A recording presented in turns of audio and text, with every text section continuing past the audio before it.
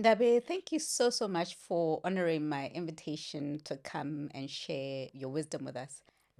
Just in terms of context to the viewers out there, this is part of a series of conversations that I'm having with what I've defined as thought leaders in our industries. And the purpose of that is to empower us as pension fund members and as fiduciaries on pension funds to reflect on whether we're making the right decisions for our members and more than anything, to gain wisdom. From a pension fund membership point of view, I hope I am igniting activism. So you keep asking of us the right questions, whether we're investing in the right way for you, your beneficiaries, and for the economy. So back to you, Ndabe. I thought it was important to bring you here.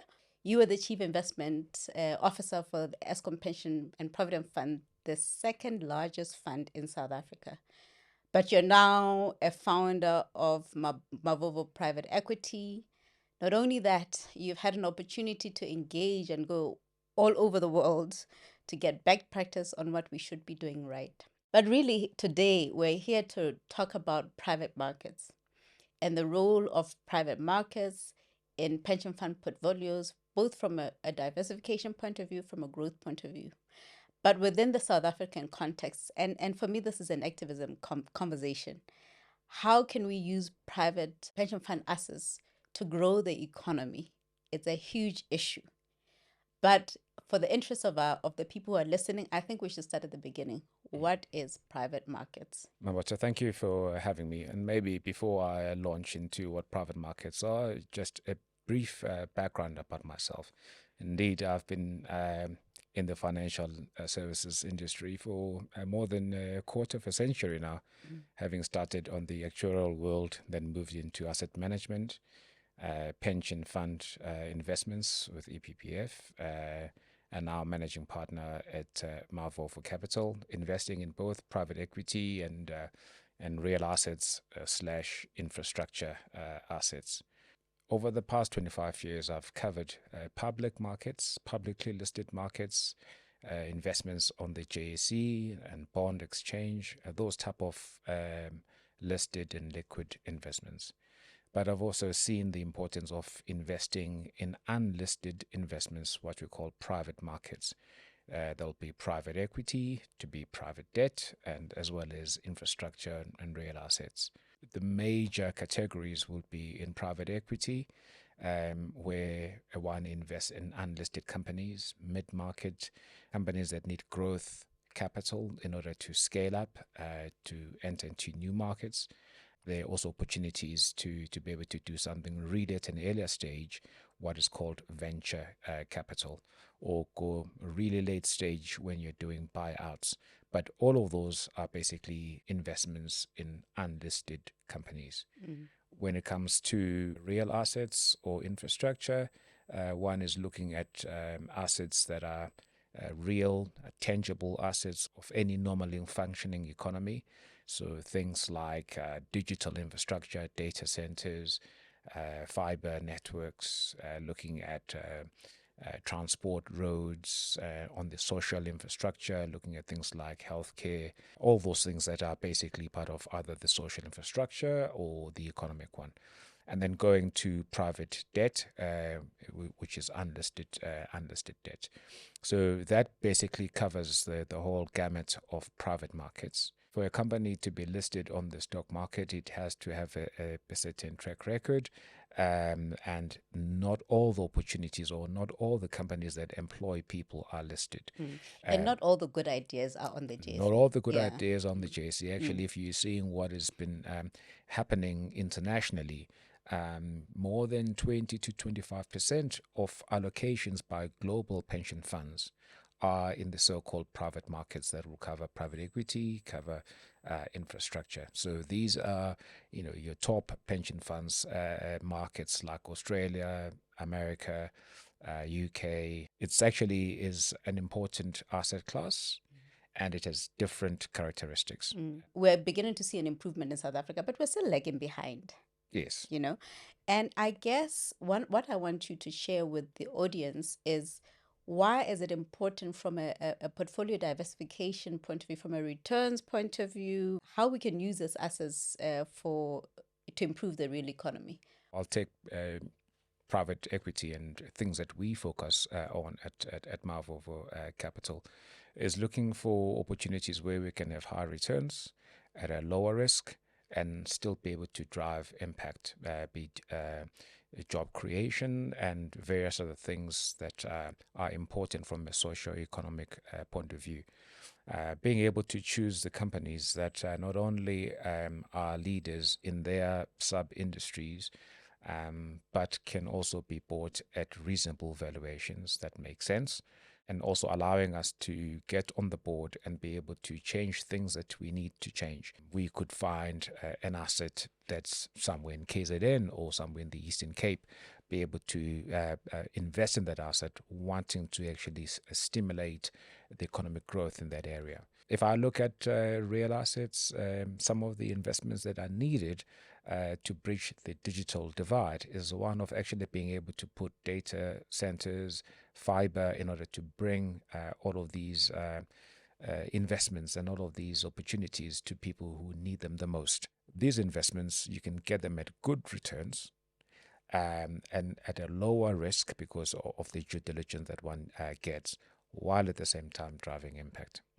We have a huge backlog of infrastructure that, if we unlocked, could be significant for the economy. So we need assets into the space. Well, obviously, we've seen people investing in things like renewable energy. We still need investments in water. If you're in Johannesburg, a number of businesses are having to actually think about ways of having backup water supplies. Hospitals need that; they can't operate without it. Just one investment in a hyperscale data center cost billions of rands. That's the type of infrastructure that we need to be bringing, especially when we're having some international multinationals that run these data centers, but building them here in South Africa, improving the speeds that we are getting on our digital devices, and while stimulating growth. One of the challenges I find when I sit on investment committees sometimes is the belief that when you invest in, alternatives, as we call them, in the real economy, because they're unlisted, they are risky and you're giving up returns. Every investment needs to be well researched and there needs to be due diligence. And when you are investing, you need to have a reasonable basis, whether investing in public markets or in private markets. We all know of people who like to buy high and sell low. So buy shares when they're expensive and sell them when they've disappointed, instead of doing the other way around. Not a good strategy. So that same amount of diligence needs to be applied in private markets. But by way of statistics, actually, we know that some of the private debt, the risk of loss in private debt is actually less than some of the corporate investment grade debt. And when we're looking at returns, you can get returns northwards of 15% net IRR, not gross IRR. And when you're looking at private equity, the good managers, and one should always be investing with good managers, can give you northwards of 25%. And I'm talking about things that we've seen in the past. So Mavovo Capital is part of the Capital Works group. Our Fund 2 and our Fund 3 are tracking northwards of 30% gross IRR. So when you're saying those type of returns and coming as they are with acceptable level of risk, because we're choosing companies that are either number one or number two in their industry, so they are quality companies, but we're buying them at low valuation multiples, either B or EV, EBITDA multiple, but whatever the valuation multiple you're using, we like to buy low. And typically, when you're buying something that's high quality, you tend to overpay. And when you're buying something that's cheap, you tend to get low quality. When you can marry the two, the only reason why people would sell to you is because you're bringing something else more than just your money. You're bringing the expertise that they need. You're bringing the connections. The connections, the ability to make them expand. Private equities don't invest and then hope that there's going to be mean reversion. They invest and they get on the board and they make sure that things happen. In other words, you have to get your hands dirty to hands-on, resolve issues. they're active. Yes, So that is why the good ones are able to give you good returns. the issue is not necessarily that generally private equity doesn't work, but that you need to do a little bit more work in terms of choosing who you invest in or identifying what the issues are and seeing how you Yes, resolve them. yes. What we've seen in the past that people have not been investing in this space because perhaps there was a lack of understanding or Yeah, that's a big experience, one. That is a big one. especially with the people who are advising pension Yeah, funds. yeah. So it's important for any asset owner, be it a pension fund or any other institutional investor, to make sure that they have people who understand the whole gamut of asset management. You mentioned I was CIO at EPPF. I certainly would not have made a good CIO if I only knew equities or only knew bonds or only knew listed markets. I had no idea what the unlisted markets are. The CFA curriculum and the CAIA, they call it the KAIA curriculum, covers all of these things. And it behooves companies, it behooves asset owners to employ the right asset consultants who understand these markets. I think the focus should be how do we empower ourselves, Yes. especially people who are there, who are supposed to be there to advise investment committees. Then they become sometimes, not everyone, but they become a block. Yeah. Yeah. And it's very important. I mean, I remember the time where it was between 2015 and 2020. It was the so-called the global low growth environment. Mm, Finding those opportunities to outperform your benchmarks, what you call getting positive alpha, yes. was very important. That's why I'm saying that it's not something that you can just forego and say, well, that's it. I'm just going to focus on things that are on the JSE because you're missing out on good returns.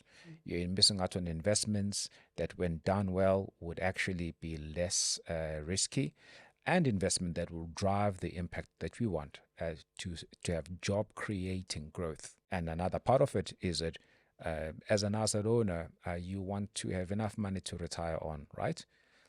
But you also still want to be in a good enough world to retire into. Absolutely.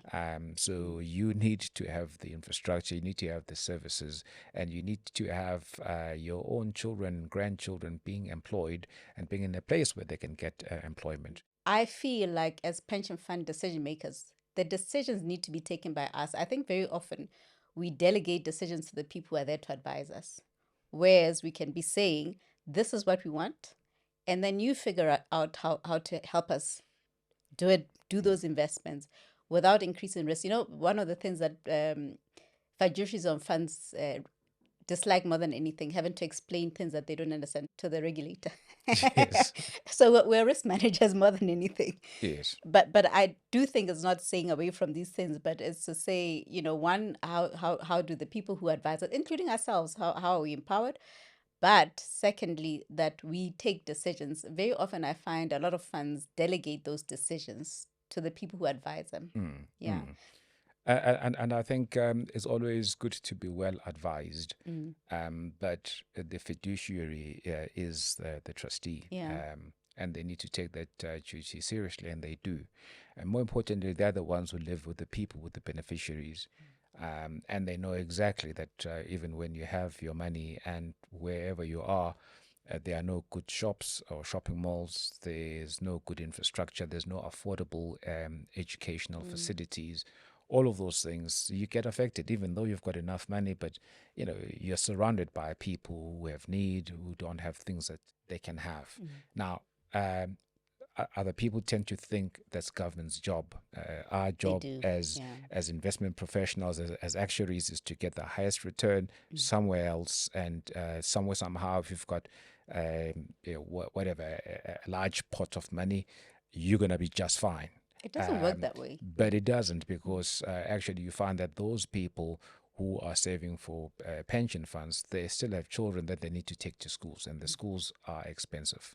They still need to access healthcare, and those healthcare facilities, if they are good, can be expensive, and if they're very cheap, perhaps they're not even worth going to those healthcare facilities. So having things that work and having your money work for you even before you cash out at retirement, we believe is what the private markets can do and have done in the past. For me, it's the fact that a lot of the money that sits with the people who have the influence sits on the JSE is institutional investors' money. Yes. And for us as pension fund, this is the ordinary South Africans' money, Yes. you know? And so my thing, and I think in the last video I kept saying, if you invest in the JC, over 60% of your money is invested offshore. I think we need to be intentional about how much money we invest in South Africa. South African money is invested in South Africa. The youth Yes. unemployment is sitting at over 60%. We can resolve the one country on the continent that has sufficient resources to resolve its issues is South Africa. So I'm just trying to understand, how do we and how much should we be investing in private markets, because that's where the real impact is. Yeah. Yeah.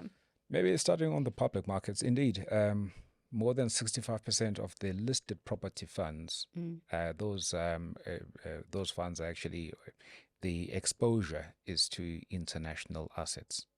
And also the normal companies on the JSE would have a huge exposure internationally. I mean, you put your money with the likes of Naspers, you're going to be investing most of your money in China, in Tencent, and other jurisdictions. And while they have done well, and while they've grown and become big because of their performance, but you're not investing in South Africa, even when you're doing your strategic asset allocation, you would look at that as being the South African bucket. Yeah. It's a misnomer.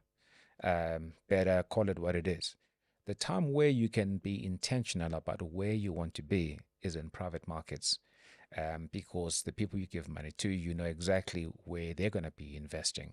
And you, as an asset owner, you can even put some, maybe not restrictions, but some requirements that they also need to put money in the region where that pension fund is from. Let's say, for example, the pension fund from the Eastern Cape or from KZN, they may say, yeah, you invest in bit diversified, but we also want to see something here as well. So you're likely to be a bit more intentional about that and have a large chunk of your money being invested in the country. So when the youth is complaining about unemployment, really the people who are likely to do something about that unemployment rate are those who are investing intentionally in the local economy. We are probably 20 years behind the international markets. But I do think we still need to have a target to what we're driving towards. True. Yeah. And I agree with you. So I'm not saying that we're 20 years behind because I want us to remain 20 years behind. Yeah. I'm saying that actually we are not being cavalier about putting money into private markets, wanting to do things that are unconscionable. Actually, we are behind. We need to be playing catch up. If you look at gross capital formation, we are sitting at around about 13%. It needs to be closer to 25 and 30% if we want our economic growth rate to go above 3-4%. So we are the ones who actually are supposed to be investing a lot more than the international, than other countries, but we are the ones who are behind. So when we're making this call to actually put money in private markets, be they infrastructure or private equity, it's not because we are actually being irresponsible. We are actually saying it's irresponsible to remain this behind. Exactly. My recommendation for those who are still a bit risk averse is to say, get started. Just like when you are driving your car, you may want to start slowly and then build up so that your car doesn't skid. But you don't continue driving at 10 kilometers an hour. You pick up pace, and in my view, that pace needs to be picked up quickly. But get started. The youth who were going to protest in front of the JSE, they're still being nice. There might be a time where they become more desperate. I believe that as well. So while ESG is important, the environmental, the social, and the governance factors, we are more likely to be overrun by social factors of people who are dissatisfied even before the environment catches up with us. And you want to do it while you're still in control and not be forced by circumstances where this country blows up because we're not addressing the real issues of the country. The other day I attended a conference that was run by Mapungubwe. Yes. It's one of the strategic conferences, and they're talking about geopolitics and how there are shifts in geopolitics. But if we don't address and build more resilient economies, we're in bigger trouble. I'm finding more and more people saying we're just taking our money offshore, but we still want to attract funds into the country. I mean, where's that? Where is the visionary thinking? That's the first. And secondly, I think one of the challenges that what that they said at the conference was that they feel like people like you and I, decision makers, are disconnected to the realities of the people on the ground. And I'm saying I hear that, but for us, we can't even afford to, because the money we're investing is not our money. It's the person on the ground, and we need to really be standing in their shoes to say what is important to them. I support diversification. So there is a case to invest internationally, even while one is investing locally. I do believe that one needs to be intentional about investing locally because, as I said, even when people are doing the strategic assets allocation, they will say they have wanting to allocate 40% into local equities, and then they go buy the JSE All Share Index, 65% of which is offshore. They would allocate to listed property, say 8%, but of that asset allocation. But 65% of that as well is also somewhere in Europe and other areas. So we do need to be intentional about how much we want to be investing in the country and where we want to be investing it. So certainly the private markets give us the opportunity to be able to do so and to do so responsibly. There are a number of countries that have been able to do well by being intentional. Singapore comes to mind. What they were exporting were actually the services and products, but making sure that they can invest in their country, in the human capital of their population, and to be able to come from a small country with no impact back in 1963, 1965 to a first world country. And we've also seen China also coming out of that. And you're seeing on the other side in the West, America, which is receiving many immigrants and people coming in, especially the ones who are coming in with the skills. And we can see that a country cannot prosper if it's exporting its capital and exporting its people. We need those things here. And while we are for diversification, the part that remains in South Africa, we do believe that part needs to be intentional. It needs to look at private markets of all types and be able to make good decisions. I'll end with an example on risk management.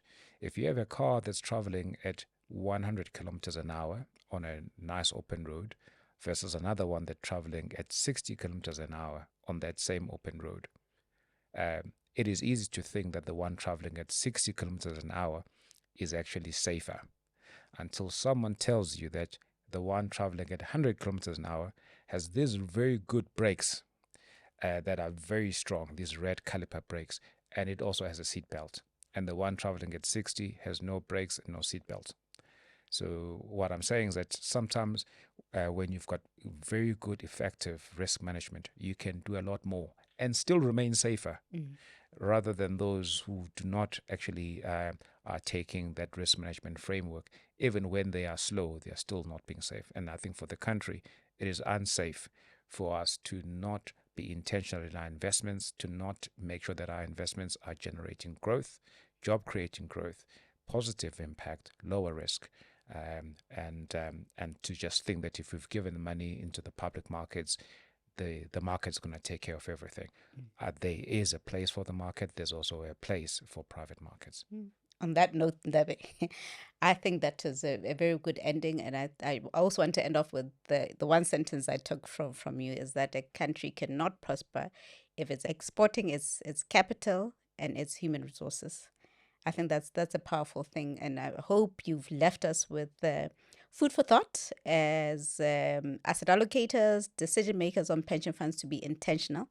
But I also hope that it ignites activism from members of these funds to be asking those that they've entrusted with their money on how they're investing their money for their benefit and to resolve the issues in this country.